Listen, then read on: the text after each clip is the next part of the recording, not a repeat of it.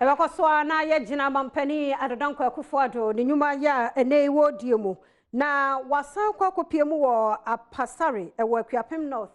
mensi no emu na ho ena wakọ Agro Farms Limited na ni nyina no ya one district one factory nhyehyɛ no a aban ade asi nani so no sa adwumakuo yi adwumakuo a eba nkokonyen ne wonkosua wo nuane die no mu a wono mo edi mu akotene yie pa nti wakọ ho ene wo mu di ensa woso sebe ya aban ne beso na sene natumi aboa botaye no onso ebedu ho